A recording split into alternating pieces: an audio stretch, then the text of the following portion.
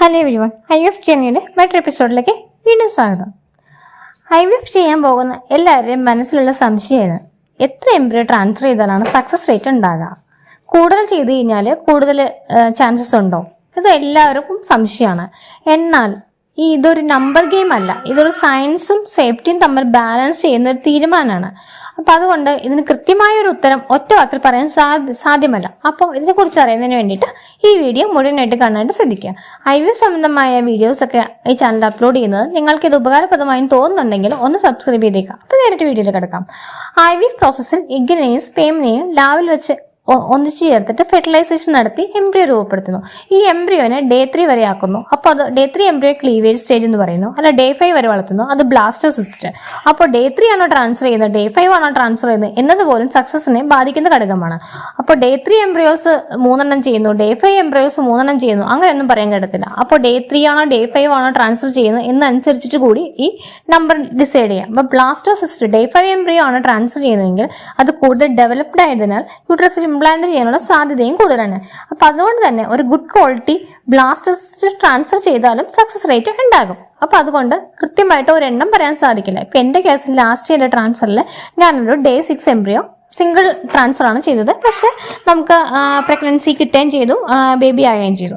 അപ്പൊ ഇനിയിപ്പോൾ നമ്മുടെ പ്രധാന ചോദ്യത്തിലേക്ക് വരാം. ഇപ്പൊ സിംഗിൾ എംബ്രിയോ ട്രാൻസ്ഫർ, ഇപ്പൊ ഇന്നത്തെ IVF പ്രാക്ടീസിൽ എന്ന് വെച്ച് കഴിഞ്ഞാൽ പല ഡോക്ടർമാരും സിംഗിൾ എംബ്രിയോ ട്രാൻസ്ഫർ ചെയ്യാറുണ്ട്.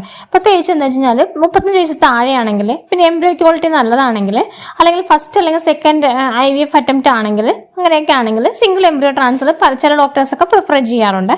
അപ്പോൾ ഇതിലൂടെ ഇങ്ങനെ സിംഗിൾ എംബ്രിയോ ആണ് ട്രാൻസ്ഫർ ചെയ്യുന്നതെങ്കിൽ എന്താണ് മെച്ചം എന്ന് വെച്ച് കഴിഞ്ഞാൽ ഹെൽത്തി സിംഗിൾ ടേം പ്രഗ്നൻസിക്ക് ചാൻസ് കൂടുതലാണ്. ടെൻസ് മൾട്ടിപ്പിൾസ് ആകുമ്പോഴുള്ള റിസ്ക് കുറയും, പിന്നെ കോംപ്ലിക്കേഷൻസ് കുറയും. ചില കേസസിൽ ഡബിൾ എംബ്രിയോ ട്രാൻസ്ഫർ ചെയ്യാറുണ്ട്. അപ്പോൾ അത് എപ്പോഴൊക്കെയാണെന്ന് വെച്ച് കഴിഞ്ഞാൽ 35 വയസ്സിന് മേലെ ആണെങ്കിൽ നമുക്ക് 2 എണ്ണം തന്നെ ട്രാൻസ്ഫർ ചെയ്യാവുന്നതാണ് നല്ലത്. എംബ്രിയോ ക്വാളിറ്റി ഒരു ആവറേജ് ആണെങ്കിൽ, ഇപ്പോൾ ഗുഡ് ക്വാളിറ്റി ആണെങ്കിലാണെന്ന് പറഞ്ഞു ഒരെണ്ണം ചെയ്യുന്നത് നല്ലത്. ഇപ്പോൾ ആവറേജ് ഒക്കെ ആണെങ്കിൽ 2 എണ്ണം ചെയ്യാം. പിന്നെ മുമ്പ് IVF ഫെയിലിയർ ഒക്കെ ആണെങ്കിൽ നമുക്ക് ചാൻസസ് ഇൻക്രീസ് ചെയ്യുന്നതിന് വേണ്ടിയിട്ട് കൂടുതൽ നമ്പർ ട്രാൻസ്ഫർ ചെയ്യാം. ഇപ്പം ഡബിൾ എംബ്രിയോ അത് ട്രാൻസ്ഫർ ചെയ്യുന്നുണ്ട്. അപ്പോൾ സക്സസ് ചാൻസസ് എന്ന് പറഞ്ഞു കഴിഞ്ഞാൽ 2 എണ്ണം ചെയ്യുമ്പോൾ കുറച്ചും കൂടെ കൂടാം. പക്ഷേ ടിൻ പ്രഗ്നൻസി ചാൻസസ് വളരെ കൂടുതലാണ്. അപ്പം അതുകൊണ്ട് ടിൻസ് ഒക്കെ വന്നു കഴിഞ്ഞാൽ മൾട്ടിപ്പിൾ പ്രഗ്നൻസി ആണെങ്കിൽ റിസ്ക് കൂടുതലായിരിക്കും. കാരണം പ്രീടേം ഡെലിവറി ഉണ്ടാകാം, പിന്നെ പ്രഗ്നൻസിയിൽ BP ഷുഗർ അങ്ങനെയുള്ളതൊക്കെ വരാനുള്ള ചാൻസസ് കൂടാറുണ്ട്.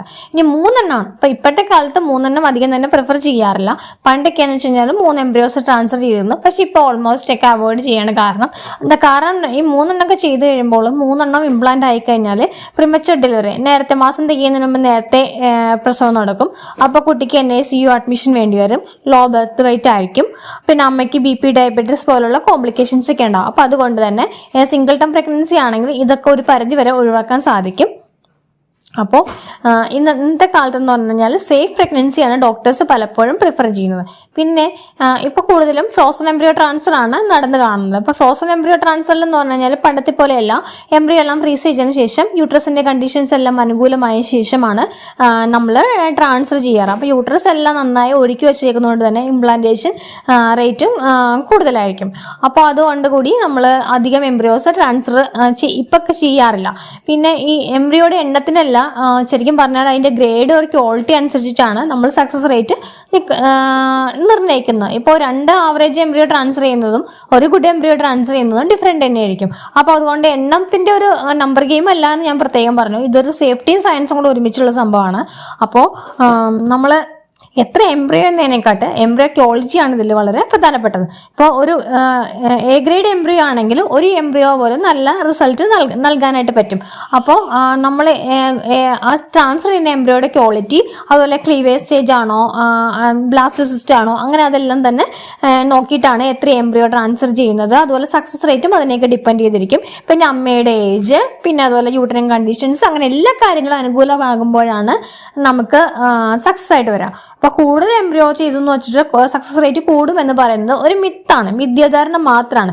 ശരിയായിട്ട് പറയുന്നത് right embryo, right time, right condition, അതായത് ക്വാളിറ്റി നന്നായിരിക്കണം, പിന്നെ യൂട്രസ് കണ്ടീഷൻ നന്നായിരിക്കണം, റൈറ്റ് ടൈമിൽ കറക്റ്റായിട്ട് തന്നെ ട്രാൻസ്ഫർ ചെയ്യണം. അപ്പോൾ കുറച്ച് സമയം ഡിലേഡ് ആയിട്ടാണ് ട്രാൻസ്ഫർ ചെയ്തത്. നമ്മൾ എംബ്രിയോ എന്താ പറയുക എൻഡോമെട്രി എല്ലാം പ്രിപ്പയർ ചെയ്ത ശേഷം നമ്മൾ കൃത്യമായിട്ട് ഡേ ഒക്കെ തീരുമാനിച്ചിട്ടാണ് ട്രാൻസ്ഫർ ചെയ്യുക. അപ്പോൾ അത് വേറെ ദിവസം മാറിപ്പോയാലും അങ്ങനെ പല കാര്യങ്ങളൊക്കെ നോക്കിയിട്ടാണ് നമ്മൾ ചെയ്യുക. അപ്പോൾ അതുകൊണ്ട് തന്നെ നമ്മളിപ്പോൾ എത്ര എംബ്രിയോ ട്രാൻസ്ഫർ ആണ് നല്ലതെന്ന് പറഞ്ഞിട്ട് ഗൂഗിളിലൊക്കെ സെർച്ച് ചെയ്ത് നോക്കിയിട്ട് ഓവറായിട്ട് ഗൂഗിളിങ് ചെയ്യരുത്. നമുക്ക് ടെൻഷൻ തന്നെ ഉണ്ടാവുള്ളൂ. പിന്നെ മറ്റുള്ളവരും ഒരാൾക്ക് 3 എംബ്രിയോ ട്രാൻസ്ഫർ ചെയ്തു, എനിക്ക് ഒരെണ്ണേ ട്രാൻസ്ഫർ ചെയ്തുള്ളൂ, അപ്പോൾ അതുകൊണ്ട് അയാൾക്ക് സക്സസ് ഉണ്ടാകും, എനിക്കുണ്ടാകില്ല എന്ന് പറഞ്ഞാൽ നമ്മൾ അങ്ങനെ നിരാശപ്പെടരുത്. മറ്റുള്ളവരായിട്ട് നമ്മൾ കമ്പാരിസൺ ഈ IVF പ്രൊസീജിയറിൽ തീർത്തും ഒഴിവാക്കേണ്ടത് തന്നെയാണ്. പിന്നെ നിങ്ങളുടെ ബോഡിക്കും സിറ്റുവേഷനും ഏറ്റവും അനുയോജ്യമായത് അറിയുന്നത് നിങ്ങളുടെ ഡോക്ടർക്ക് തന്നെയാണ്. അപ്പോൾ ഡോക്ടറുടെ തീരുമാനം എപ്പോഴും തന്നെ നിങ്ങൾ ഒബേ ചെയ്യാന്നുള്ളത് തന്നെയാണ് നമ്മൾ ചെയ്യേണ്ടത്. പിന്നെ വല്ല സജഷൻസ് ഉണ്ടെങ്കിൽ നമുക്ക് പറയാം. പക്ഷെ ഞാൻ എൻ്റെ ഡോക്ടർ എന്താണ് പറഞ്ഞത് അത് തന്നെയാണ് ഞാൻ ചെയ്തിട്ടുള്ളത്. വേറെ പ്രത്യേകമായിട്ടോ ഒന്നും ചെയ്തിട്ടില്ല. നമ്മളെ ട്രീറ്റ് ചെയ്യുന്ന ഡോക്ടർക്കായിരിക്കുമല്ലോ നമ്മുടെ കണ്ടീഷൻസ് എല്ലാം നന്നായിട്ട് അസസ് ചെയ്യാൻ പറ്റുക. അപ്പോൾ പിന്നെ നിങ്ങൾ ഓർക്കേണ്ട കാര്യം എന്ന് പറഞ്ഞാൽ നമുക്കൊരു ടീൻ പ്രഗ്നൻസി അല്ല ലക്ഷ്യം, നമ്മൾക്കൊരു ഹെൽത്തി പ്രഗ്നൻസിയാണ് ലക്ഷ്യം. അപ്പോൾ അമ്മയും കുഞ്ഞും സേഫായിട്ട് ഇരിക്കുക എന്നുള്ളതാണ്, നല്ല ആരോഗ്യമുള്ള കുഞ്ഞിനെ കിട്ടുക എന്നുള്ളതൊക്കെയാണ് നമ്മുടെ ലക്ഷ്യം. അതുകൊണ്ട് ഒരുപാട് എംബ്രിയോ ട്രാൻസ്ഫർ ചെയ്യുന്നതിലല്ല, ഗുഡ് ക്വാളിറ്റി എംബ്രിയോസ് ഗുഡ് ടൈമിൽ ഗുഡ് കണ്ടീഷൻസിൽ ചെയ്യുക എന്നുള്ളതാണ്. അപ്പോൾ എത്രണ്ണം ചെയ്യുക എന്നുള്ളതിലല്ല, എണ്ണത്തിലല്ല, ക്വാളിറ്റിയിലാണ് കാര്യം. അപ്പോൾ ഇതൊക്കെയാണ് ഇന്നത്തെ വീഡിയോ എനിക്ക് പറയാനുള്ളത്. പിന്നെ IVF സംബന്ധമായിട്ടുള്ള ഈ വീഡിയോ നിങ്ങൾക്ക് ഇഷ്ടപ്പെട്ടെന്നുണ്ടെങ്കിൽ നിങ്ങളൊന്ന് സബ്സ്ക്രൈബ് ചെയ്യുക. പിന്നെ എന്താണെന്ന് വെച്ച് കഴിഞ്ഞാൽ ഈ ചാനൽ ഉപകാരപ്പെട്ടതുകൊണ്ട് മറ്റുള്ളവർക്ക് കൂടി ഷെയർ ചെയ്ത് കൊടുത്തേക്കാം. അപ്പോൾ എല്ലാവർക്കും, ഒരു കുഞ്ഞിനെ കാത്തിരിക്കുന്ന എല്ലാവർക്കും ആരോഗ്യമുള്ള ഒരു കുട്ടിയെ കിട്ടട്ടെ എന്ന് ആശംസിച്ചുകൊണ്ട് ഞാൻ ഇന്നത്തെ വീഡിയോ നിർത്തുന്നു. അപ്പോൾ okay, thank you for watching.